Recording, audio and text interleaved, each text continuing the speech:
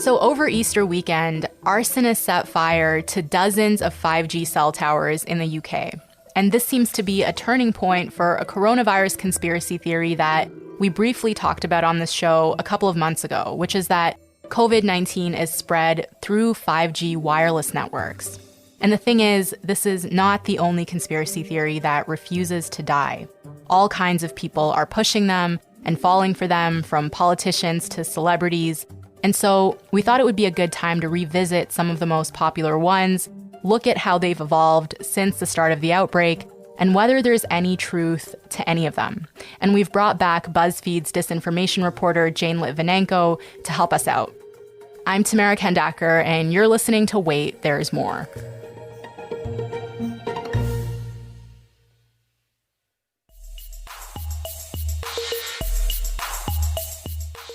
Hi, Jane. How are you?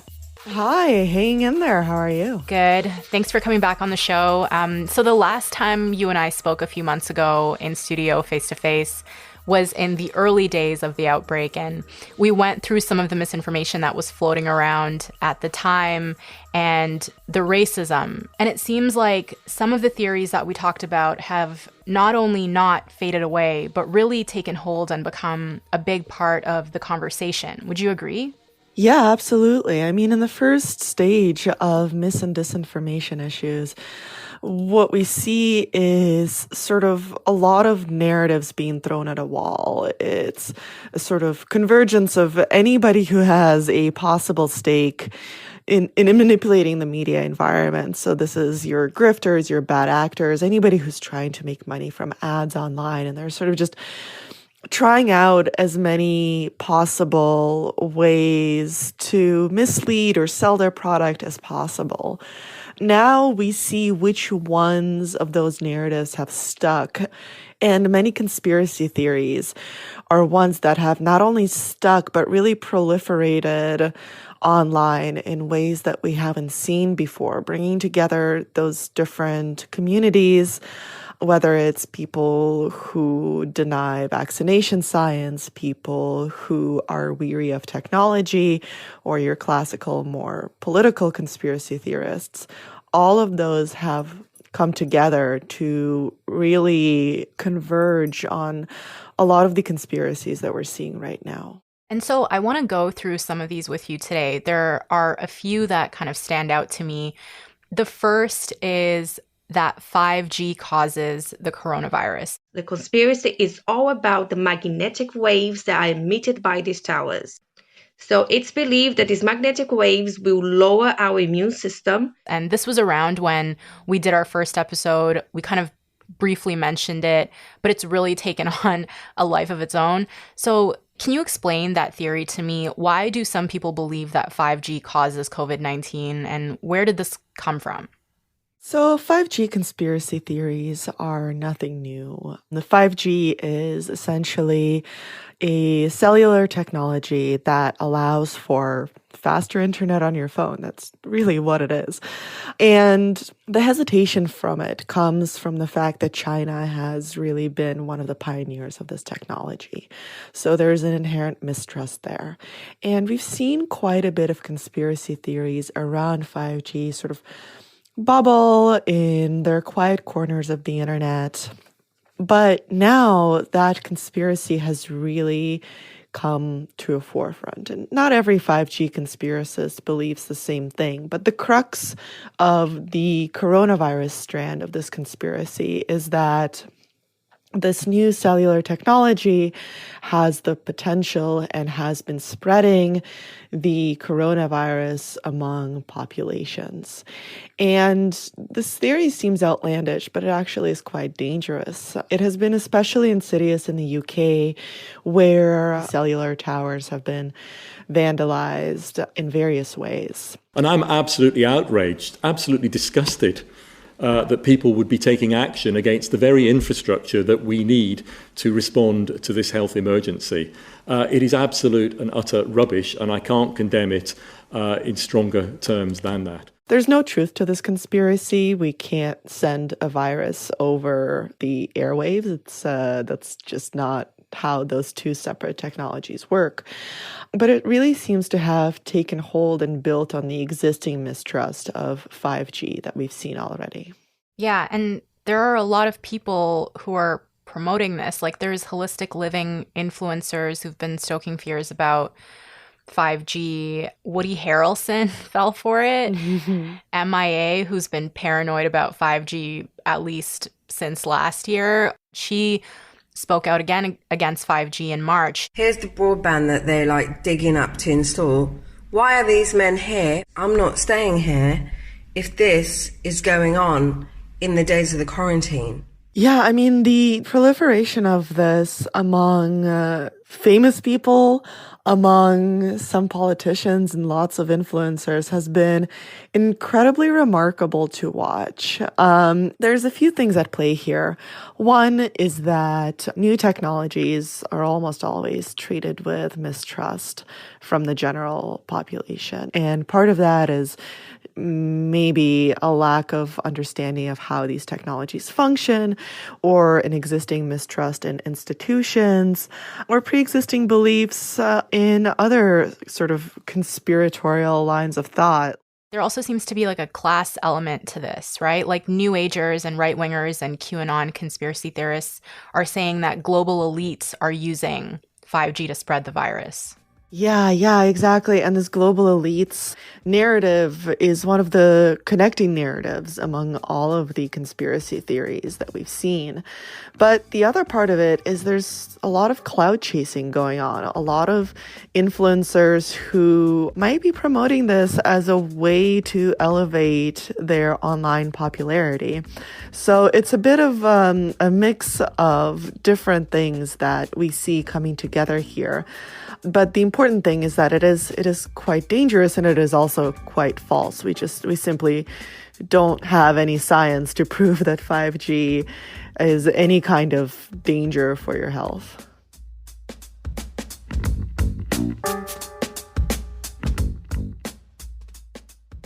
Let's move on to the second one. The second theory I want to talk about is the theory that the US brought the virus to China. Can you tell me about this theory? Where did it come from, and what is it all about? So there are various theories about the origination of the virus. And I think that we can talk about the US brought the virus to China theory, but we can also talk about the Wuhan biolab theory and an early theory that I think we might have spoken about the virus being stolen from a Canadian lab in Winnipeg. They're all sort of the same ilk. And with the US brought the virus to China narrative, what we're seeing is sort of scapegoating of the US. And we've seen some of it from Chinese officials.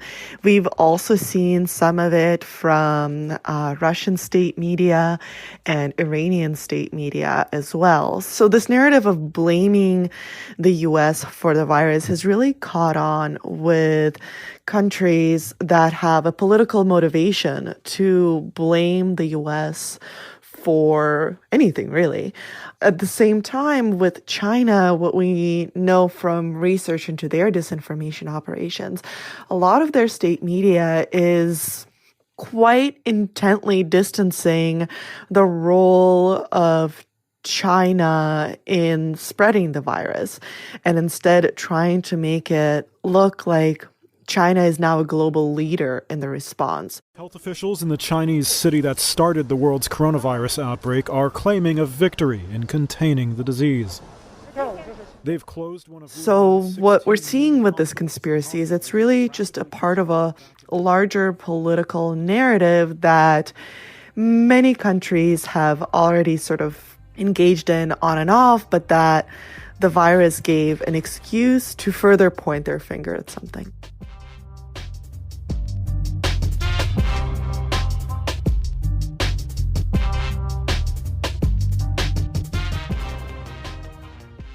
Let's move on to number 3, which is kind of the reverse of number 2. And you mentioned it. It's this idea that the virus was set loose on the world by a Chinese lab, that it's a bioweapon. Break down this theory for me. So there are actually two different strands of this theory.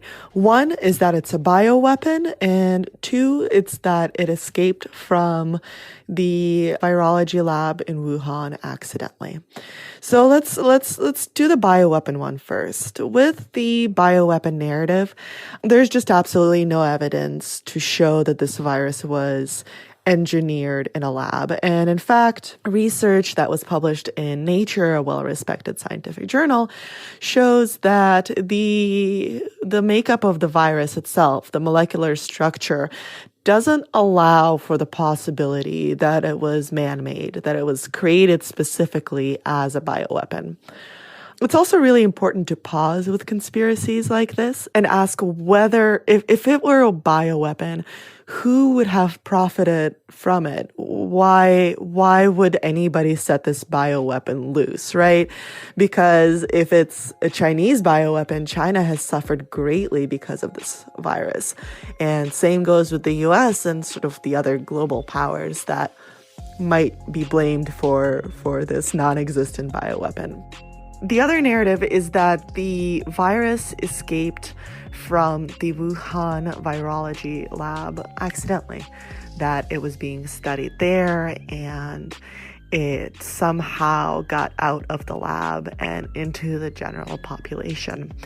And we sort of need to be a little bit careful here, because while deeply, deeply unlikely for reasons that I'll get into in a second, it is not absolutely impossible. So the reason why it's deeply unlikely is because, as we see, the virus is highly contagious.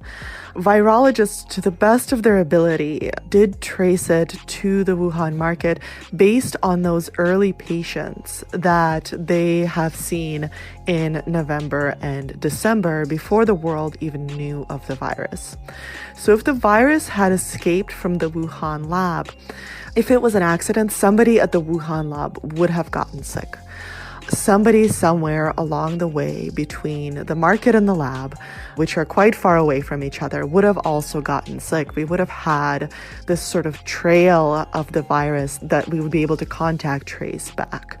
And right now, there's absolutely no evidence for that. So I guess the bottom line with this conspiracy theory is that scientists are still trying to figure out exactly how the virus jumped from animals to humans, but the scientific consensus is that it came from animals, that humans couldn't have come up with it. But it seems like the idea has spread so much, so Trump is talking about it. Investigation into whether the virus escaped from this lab in Wuhan, how active is that, and when do you expect we're looking at it. A lot of people are looking at it. It seems to make sense. They talk about a certain kind of bat, but that bat wasn't in that area.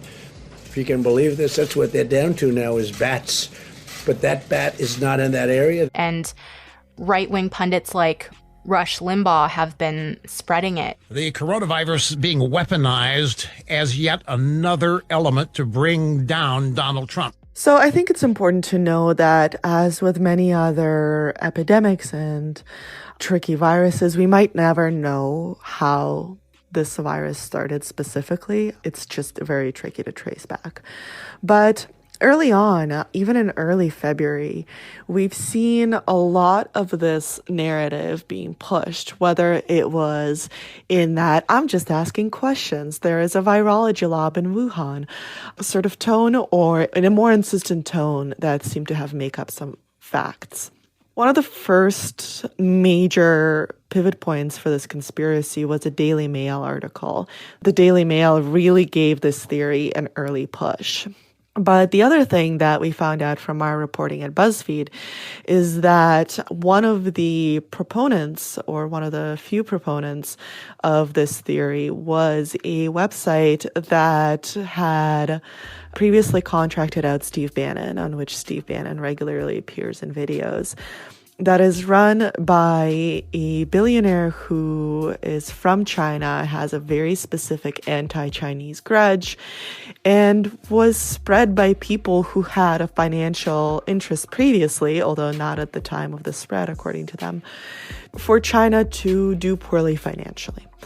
So the financial aspect and the political aspect of this theory is incredibly important when we talk about who has pushed this and how it caught on early on. And it also really plays on how difficult this virus is to understand. Keeping track of the science, keeping track of the changes in the virus, in how we understand the virus and how it spread, it can be really, really tricky. So part of the reason why it could have been popularized is just because of this deep onslaught of information that we already have, that we're asking news readers to sift through, at the same time as that knowledge gap early on, before we knew anything, was filled with this conspiracy from heavy hitters. We'll be right back.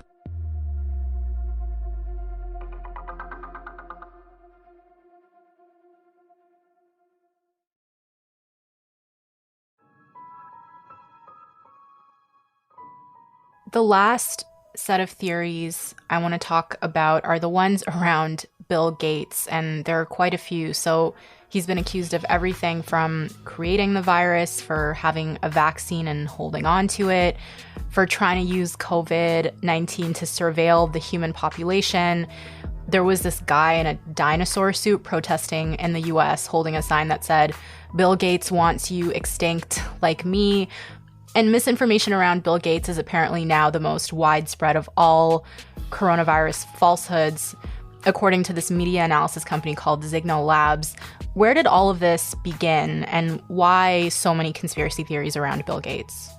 So the Bill Gates stuff is quite fascinating. Mentions of Bill Gates' names have been pretty low and pretty quiet up until mid-March, when the shutdowns really started in the US and in Canada as well. The turning point, from my perspective, was when Bill Gates did a Reddit AMA, like a question and answer session, where he responds to questions from Reddit users. Somebody asked him, when will businesses be able to go back to normal? And he gave a couple of paragraphs as a response. And one of the things he said is that we're going to have to keep track of who has been vaccinated, and sort of introduce this idea of documentation of whether somebody has been vaccinated against the virus. That immediately got taken out of context. And it got taken out of context by an extremely fringe website, and then a YouTube video that picked up the post from that website. The problem is people like Bill Gates and organizations like Microsoft and the United Nations and the Rockefeller Foundation that are involved in this, and this scam, this scheme to destroy people's liberty called ID 2020. And I'm not saying this euphemistically. They quite literally accused Bill Gates of being the Antichrist, of his plan to microchip the world, sort of being this satanic plan. The Bible says there will be an Antichrist, a man that proclaims to be God, that will try to unite the world in a one world government with a one world financial system and establish a one world religion. It sounds outlandish now, but that really was the narrative. And the other part of it is that Bill Gates has been funding vaccinations and funding health initiatives all around the world for a very long time. It's one of his sort of favorite causes. I like to say that vaccines are miracles. They're miracles because giving children a couple of drops or a shot in the arm can prevent some of the worst childhood diseases for a lifetime. And that, to me, is a miracle. That's one of the things that he's really chosen to focus on. So there's a lot of his research, a lot of his conversations, TED Talks, responses to interview questions that conspiracy theorists immediately latched onto. So there's a clear conflict of interest. When you see a guy that made his money in technology, and then now that he's super rich, and all of a sudden he wants everybody to do vaccinations, you got to ask yourself, why is that? Immediately used to build out the narrative. And it has been quite fascinating to watch in a really scary dystopian kind of way, because we don't actually have the technology to microchip anybody, let alone the global population. And we I think pretty confidently can say that Bill Gates is not the Antichrist. But this theory has really resonated and has really showed up not just in the US and UK and English-speaking countries, but really all around the world. And it has really fed into other conspiracy theories, narratives, including the vaccination denialists, who really seized on this opportunity to sort of preemptively convince people to not take a vaccine that doesn't even exist yet.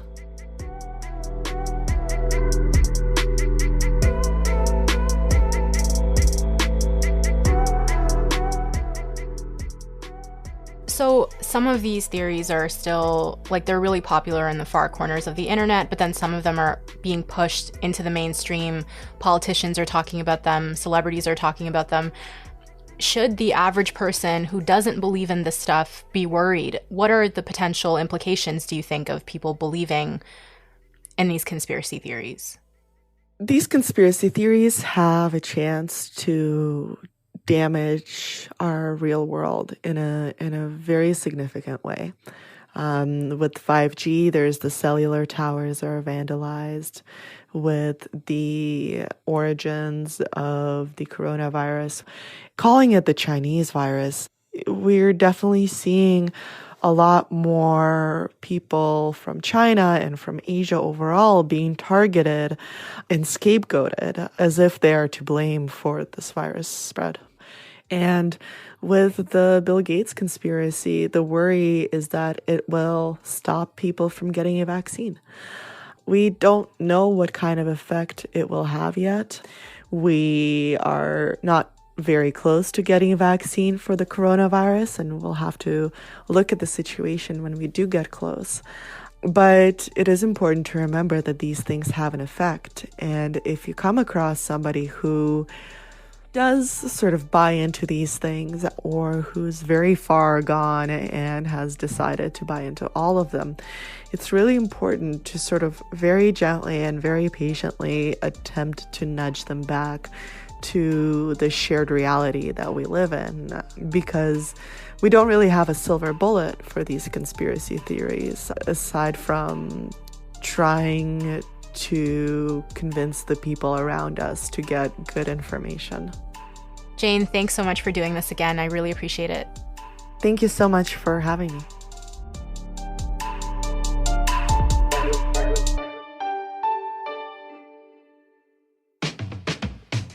All right, that's the show. Thanks so much for listening. I'm Tamara Kandaker, and I'll talk to you tomorrow.